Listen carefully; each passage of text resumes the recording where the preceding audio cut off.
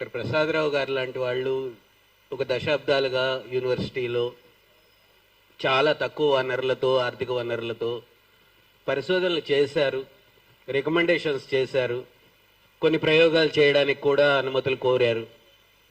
అందుకని నేను ఈ సందర్భంగా నేను కోరుతున్నది ఏంటంటే, మనకి ఎన్నైనా విషెస్ ఉండొచ్చు, కానీ అది ఆచరణాత్మకంగా ఉండాలంటే దాని మీద ప్రాక్టికల్గా అనుభవం ఉన్న వాళ్ళతో ఒక కమిటీని వేయడం, ఆ కమిటీకి తగినటువంటి అధికారాలు ఇవ్వడం, తగినటువంటి నిధులు కేటాయించడం అయితే జరగాలి.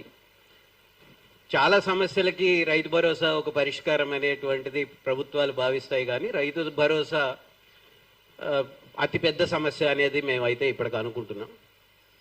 కౌలు రైతులకి, భూ యజమానులకి మధ్య వైరుధ్యాన్ని పెంచడంలో అది ఒక కీలక పాత్ర పోషిస్తున్నది.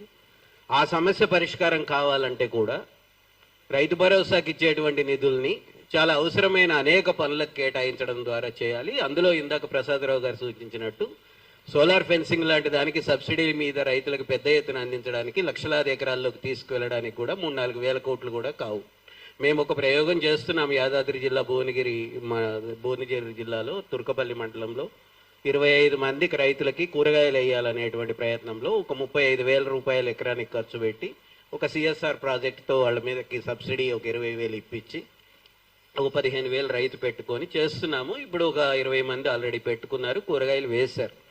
ఒక రకంగా యూనివర్సిటీ చెప్పినట్టుగా అది ఒక సక్సెస్ఫుల్ మోడల్గా మాకైతే అనిపించింది.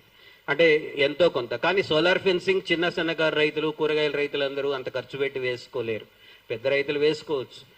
కానీ ప్రభుత్వం తన సబ్సిడీ పథకాలలో వన్ ఆఫ్ ది సబ్సిడీ పథకంగా దాన్ని ఖచ్చితంగా మార్చగలిగితే అది తప్పకుండా రైతుల పొలాల్లోకి వెళుతుంది. లక్షలాది ఎకరాల్లో సోలార్ ఫెన్సింగ్ ద్వారా ముఖ్యమైనటువంటి కూరగాయలు, పండ్లు, లేదా కొన్ని కోతులు తింటూ ఇప్పటికీ నాశనం చేస్తున్నాయి అనుకుంటున్న పంటల్ని రక్షించుకోవచ్చు అనేటువంటిది మా అభిప్రాయం కూడా.